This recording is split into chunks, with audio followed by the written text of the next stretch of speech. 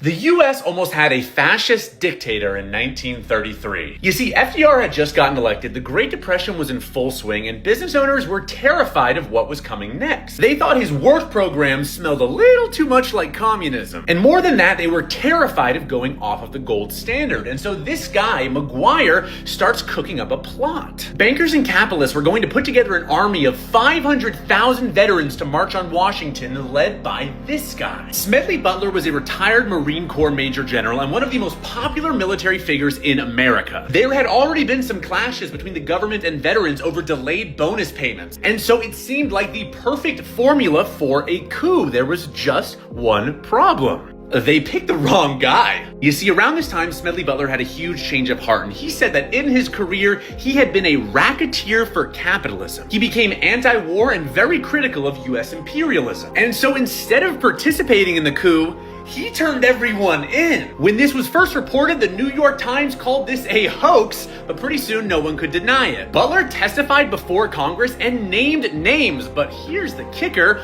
Almost none of the bigwigs were prosecuted, and many of their names were even redacted from the record. All the big bankers and wealthy people, the government was like, let's just pretend this never happened. The coup didn't get very far, but if they had chose someone different to lead it, who knows how things could have turned out.